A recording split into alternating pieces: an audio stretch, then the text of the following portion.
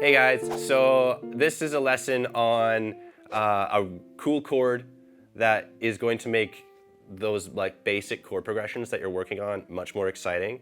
So you remember how, every song under the sun is written with basically 4 chords. It's written with your 1 chord, your 5 chord, your minor 6 chord, and your 4 chord.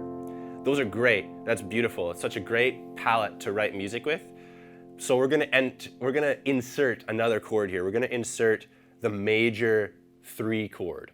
In the case of C major, we're gonna play, our major 3 chord is going to be E major. So 1, 2, 3, third note in the scale, make a major chord out of it, and boom, you got that chord. What's so awesome about this chord is it's non-diatonic.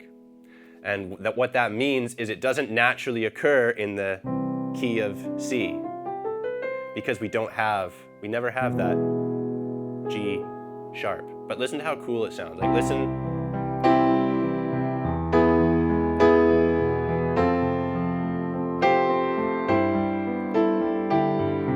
It sounds great to get to the 4 chord. So there's my E.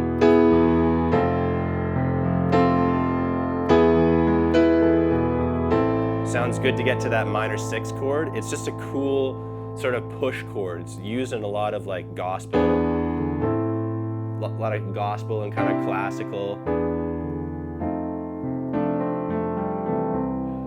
music is going to use this kind of little leading tone. So take your 1, 4, 5, minor 6 progressions and think about, whatever my 1 chord is, think about how do I make a major 3 off of my 3 chord, and then use that to bridge your way into the other chords and see what else you can come up with to make that chord progression a little more fresh.